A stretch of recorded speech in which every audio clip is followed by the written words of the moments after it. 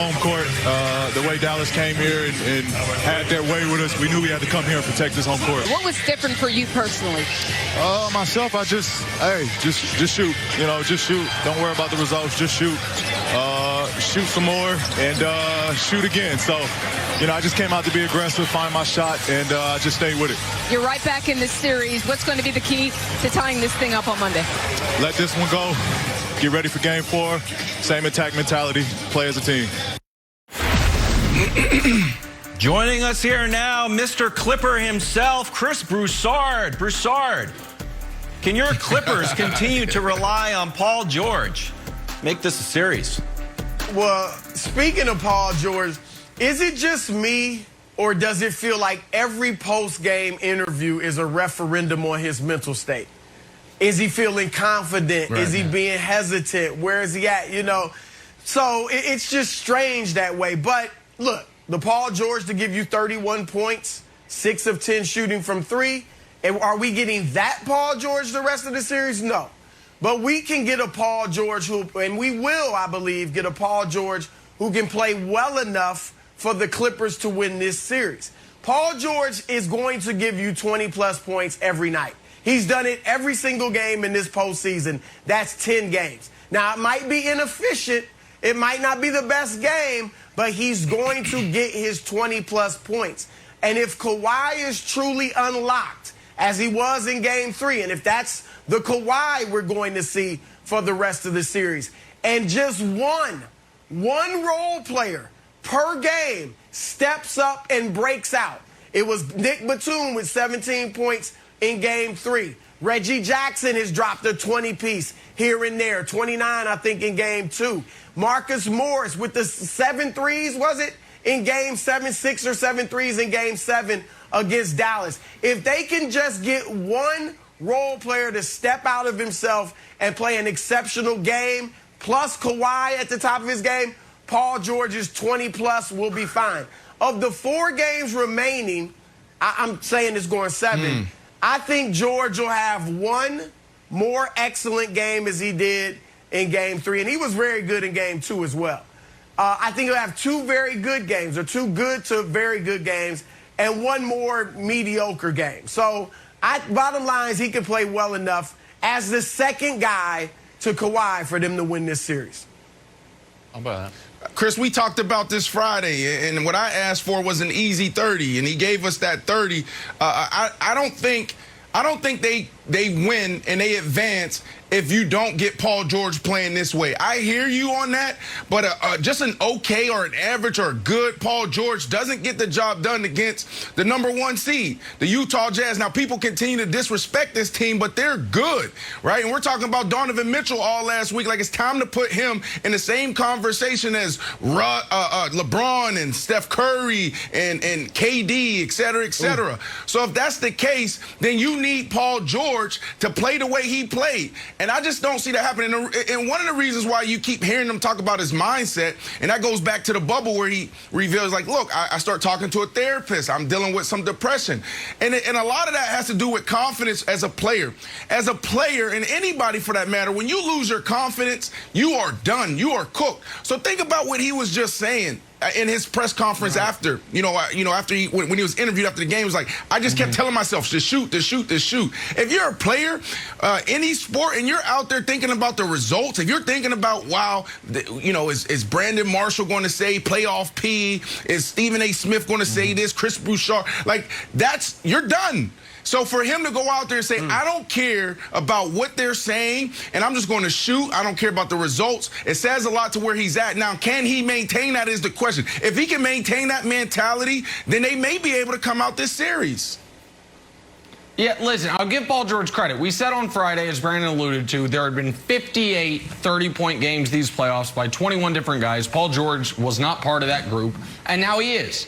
And this is, to me, Wild, a typical Clippers playoff win in this regard. And I know this is going to sound redundant, but when the Clippers look great, they look great. And that's what it was on Friday night. It was like, oh my God, look at them. Or for Saturday night, whichever night it was. I get my weekends run together, too much tequila. Whatever night it was, it's like, wow, how does this team get beat? Look at all Reggie Jackson is a flamethrower from 3. They have all these options. They didn't even have to use playoff Rondo, who, by the way, has been playoff Rondo this series and this playoffs, and he's got 2 DNP coaches' decisions the last couple of games. But there is, when things, I know this is going to sound odd, and people are like, Nick, you're hating on the Clippers, but I mean it. I think I would have a little more confidence in them if this was a tie game with 5 minutes left and they won it, rather than running away from the Jazz. Because there are still some of the same concerns I have about their execution late in games. We didn't get to see it this game because they were so far ahead. And at some point, the Clippers do have to address this. Broussard mentioned 10 games of these playoffs. 10 games of these playoffs, and 9 of those 10, the other team's best player has just lit them on fire. Like Luka did it 6 times. Donovan had a quiet 30 in a game that he didn't play most of the fourth quarter, pardon me. Like, Wilds, that is a concern. That they don't, except for the one Kawhi game where he matched up on Luka, I think it was game 6, they haven't really shown the ability to stop the opposing team's best guy. And the Jazz have so many good shooting options that you're going to have to score a bunch. And if Reggie Jackson doesn't continue to shoot 63% from 3, which is what he's shooting this series, I think the Clippers remain in trouble, even if Paul George does give you a couple more 30-point games. See, Broussard, what do you think about Kawhi sort of modulating his effort? Because he was on Donovan for a little while, and he shut Donovan down. He got a steal, got a dunk, and you could see Donovan frustrated. Now, Donovan had like this, tweaking his ankle a little bit, so he was sort of, I don't think he was full strength either. Felt like at one point in the game, everybody just started to look forward to game 4. But do you think that when the going gets tough, that Kawhi could go longer on Donovan to really try to shut him down? I think you'll have to. And look, Nick alluded to it last week. I think I alluded to it maybe a month or so ago. Kawhi appears to be an old 29. I mean, he just can't give it to you on both ends of the court for 40 minutes a night every playoff game. And I remember last year when he was doing the load management his first season with the Clippers, people were telling me, look, in the league, he's got to do this. It's something with the knee.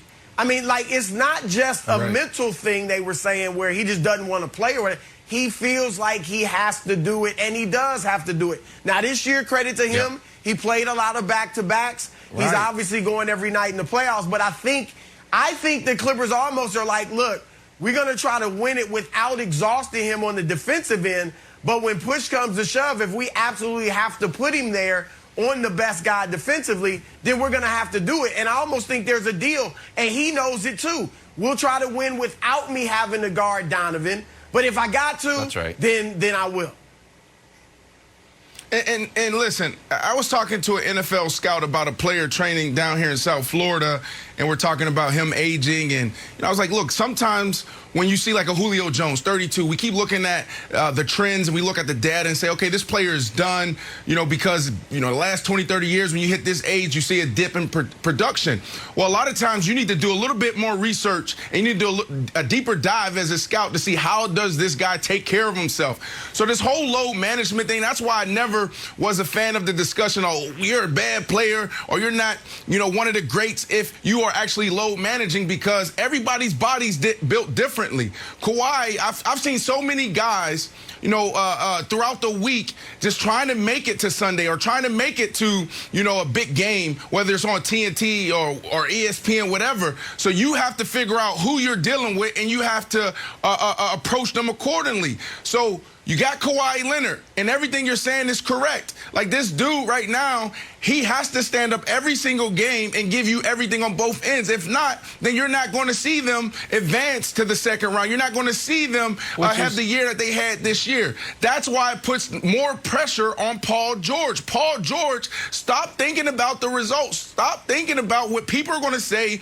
come, post-game about your performance. Just go out there, put it all on the line, and keep shooting. And whatever happens, happens. It's also why I wonder if it wouldn't be good for the Clippers and for Paul George to say to Paul George, you know what, game 4, we're not worried about your offense. You are the one that's going to take Donovan out of the game. Good. Get Paul's not thinking about his offense then. Like, take the offense that comes to you. If you get open threes, great. Get in transition, great. But we are going to try to. Reggie? We're going to. Well, that's the thing is, then you need that, Broussard, who I think voted them the NBA's best all-around supporting cast and roster 2 years in a row. You need those guys. You need Luke Kennard, $64 million man, to make shots. You need Marcus Morris to make shots. You need Reggie to make shots because I agree with Broussard's point, which is Kawhi obviously can. He showed it against Luka. Guard the other team's best guy and make a massive impact. He hasn't lost that ability.